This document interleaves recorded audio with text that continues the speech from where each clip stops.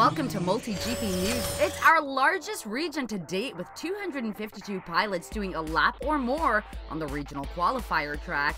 Finals fever has begun in the North Central region. Plus, we hear from these two Texas pilots after both set 8-lap runs on the Regional Qualifier course, but only one of them walking away with a faster time. I didn't mean to take Mark's McGap's fame away on the Regional Qualifier track just then. You know, I've been planning on going to this Regional Qualifier. Also, Colby and Charlie give us another race analysis, this one from McGap's stunning 8-lap run. All this on MultiGP News. The North Central Regional Final is going to be a slugfest of a battle. Right now, the bubble is 14 laps in 7 minutes and 37 seconds on a best of 3 out of 5. Already in, tickets are on sale for the North Central Final. Visit multigp.com for more info. We are anticipating a handful of international pilots at the Regional Final as well. Be sure to grab your tickets before they are sold out. Remember, practice and qualifying rounds take flight on Saturday and Top 32 battle it out on Sunday, all live streamed at mgp.livefpv.com.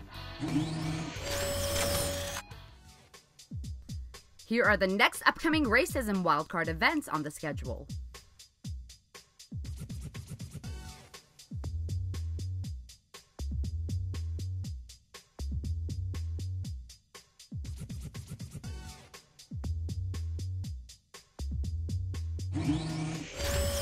I got a chance to talk to Mark McGap-Bramer and our 2017 national champ Alex Captain Vanover after they both smoked the Regional Qualifier track with 8 laps, and Vanover shattering the last 2 records, and as he would say, letting it eat. Check it out.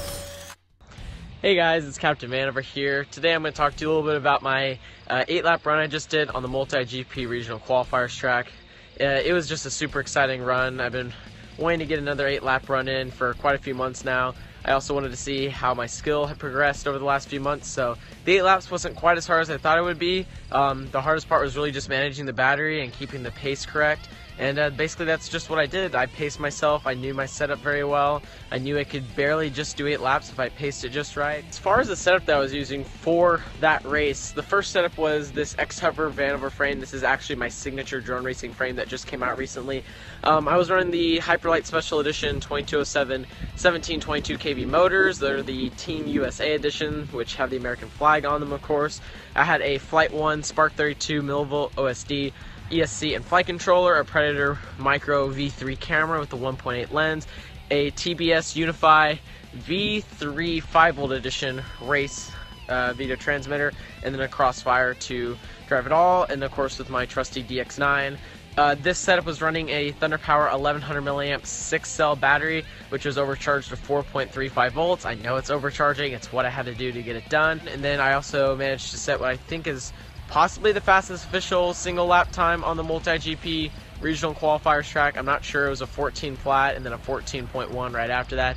Pretty fast. It's a personal record for me on that track, so I'm super excited about it. That was an energetic run. For the quad that I did the fastest lap on, that was another X-Hover Vanover frame. However, this one's running a sweet new pod that is now for sale at xhover.com, and you can print them out yourself at home.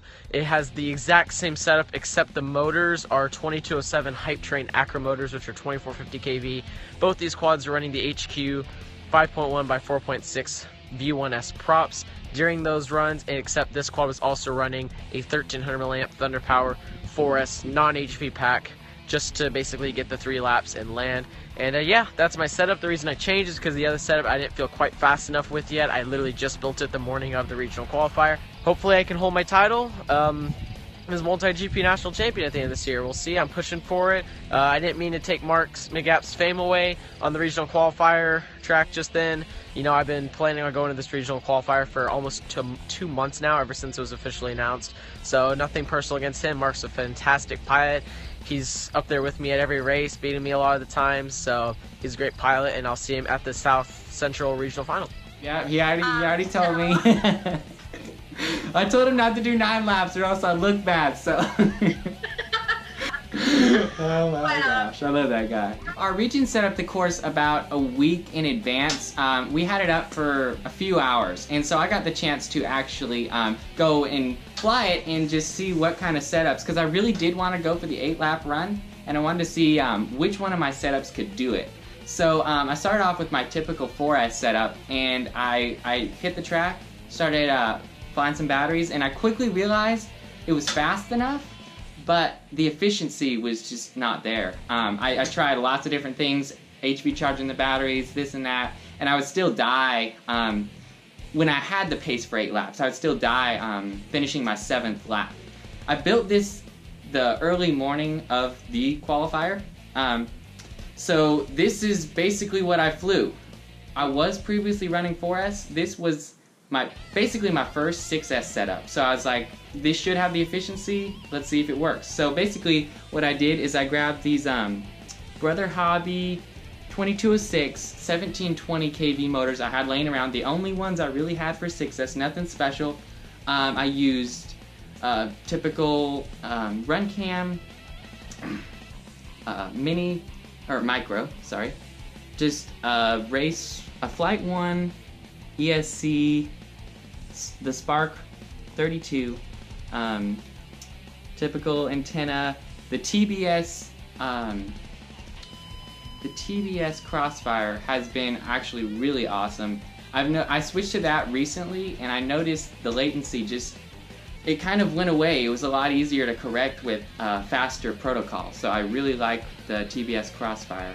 And let's see, I think it's a 20 by 20 stack, so that's why I'm using the Flight 1 Spark and a Maytech F4 flight controller I just had laying around. So I threw all that together, and it really worked amazingly. I was really surprised. The first few flights were actually the practice of that day, and then we went straight into racing, and it did it. So I was really excited with it. This is a Turbomach frame. I guess I forgot to mention that. It's a Black Widow, a variation, the 20 by 20 variation. So that's an awesome solid frame. I also forgot to mention this. I gotta thank Jason McFarland, because I built my first 6S setup literally the morning of the race, and I didn't have any 6S batteries. So he thankfully stepped in and loaned me his 6S packs, the Pyro Drone 1250 75C packs. They are fire.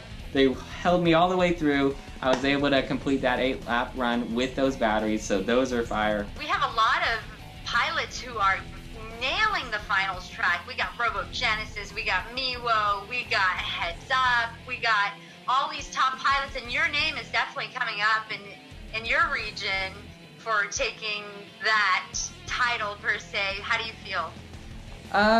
Really, I just love racing, and so I'm gonna go in and just have fun and go for it. See whatever I can do. I'm looking forward to it. I'm not really feeling the pressure as much as I was last year, because just other things have come up, and I'm really enjoying racing. I'm just having a blast going out there and doing the best I can. So I'm not really feeling much pressure. I'm looking forward to seeing how my times stack up to theirs, but if I have a bad day, I have a bad day. I'm really looking forward to it, so bring it on.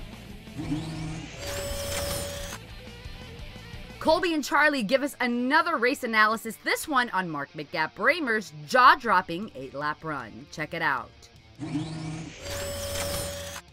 Howdy folks, welcome back to the Colby and Charlie show. What we're going to take a look at this evening is McGap's actual 8-lap run. All right, here we go, Charlie. We're starting off with the hot launch here. Look at that launch angle. The horizon is below the top of the camera. He's almost inverted.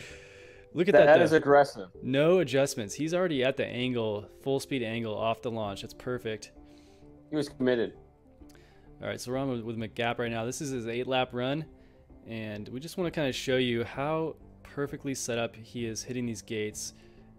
Entering and exiting at the right line. Look at that aggressive line right there, almost sideways through that gate. And you see he's kind of drifting it in so that he can get a look at it, and the gate is in the middle of the screen, and that's something that us mere mortals maybe we're going to be scared of, but a ripper pilot like McGap here just laying it down. Yeah, it's usually in the middle of our screen, but it's the front of the gate, not the side of the gate. Perfect corkscrew there. Split S lined up perfectly for that next gate, and then here we go again with that drift move. I gotta practice that. The way he steps and slides through there, it's effortless. Ooh, that was fast. Look at this. Dink, dink, dink. And then setting up Another, perfect. Yeah, I mean, the gates are flashing through the screen, and another look there is the gate right in the center of the screen one more time. Yeah, we're freeze framing it at these setup spots where he's setting up for that next gate. That's kind of what separates the top pilots, is planning ahead on the track, getting ready for that next gate. The wind doing no favors right here is the flag all up in his face. Scary. That's his one little bobble I saw on the whole run right there. I mean, it's just a miscue from the wind, if anything, like definitely the natural, the blow through, if you will, banging through the chicane, just so fast and hard through there. Yeah, a lot of pilots swinging out there so they can hit that gate after the chicane, but he is just hitting it sideways like all these gates, and those are the little couple feet that add up over 8 laps. 10th here, 10th there. Next thing you know, you got an 8-lap run in your hands, and just banging through the gates here. It looks like it's all blind turns here. You see the gate is fully, the flag is fully through the screen and the view every time, and that means you're right up on it for the most part. Yeah, this is his, oh boy, I'm on my 8th lap. Let's bring it home. His battery's probably showing 19 volts right now. Right, that's when you're wondering if you can still hear your own copter or not. All right, we got some side-by-side action now. K-Mead and McGap. And look at the angle I'm talking about. K-Mead facing the gate straight up. McGap facing it sideways. Here we go again. Straight up for K-Mead. Side angle for McGap. Threading the needle there. The difference in the line there, exactly. Just a little bit tighter for McGap. K-Mead able to see the whole gate. McGap only to see part of it. Yeah, right there. K-Mead having to adjust after the corkscrew and having to adjust after the split S as well. McGap just holding that line perfectly the whole time. Okay, here we go. Watch K-Mead on the left. He's going to be looking to the left. McGap's got a straight shot to that split S. More gate in view means a straighter line for McGap here. So that little K-Mead, a little bobble there, is going to adjust. And then watch McGap's line here, perfectly angled. That's the line I was taking too, angling you for the next gate after that split S. Watch K-Mead on the left. He's looking straight ahead, almost a little bit to the left actually. But further back, not so the gate's not so in view, so overshooting just a little bit further there, versus McGap having the gate taking up the whole screen. Yeah, keeping those split S's tight is something I really try to practice. So here we are, K-Mead on that last bank turn, coming around. His quad's pretty flat there. We're gonna show you McGap for a comparison. He's on the inside line of that pole, 45-degree bank angle, just ripping through there. It cranked over just a little bit harder. That is some hot laps for sure. The way he was banging through the chicanes, the no wasted effort to the corkscrew, and just sidestepping all of the lineups to the gates as well, so that that good view through the gate, and then lining up the next couple corners after that as well. So hats off to McGap, heater run for sure. Well, thanks for joining us, everybody. That's another edition of the Colby and Charlie Show here on the MultiGP News. We'll see you next week. If you have a story you'd like featured on an upcoming episode, email your videos to news@multigp.com. That's it for this week's news. Make sure to like, share, and subscribe to MultiGP and click that bell icon so you never miss an update. Thanks for watching. I'm Clara Mene reporting for MultiGP News. See you next week. If you like this video, press the like button below, and please don't forget to subscribe to our channel. Thanks for watching. If you're interested in being showcased in the next episode of MultiGP News, please contact us at news@multigp.com.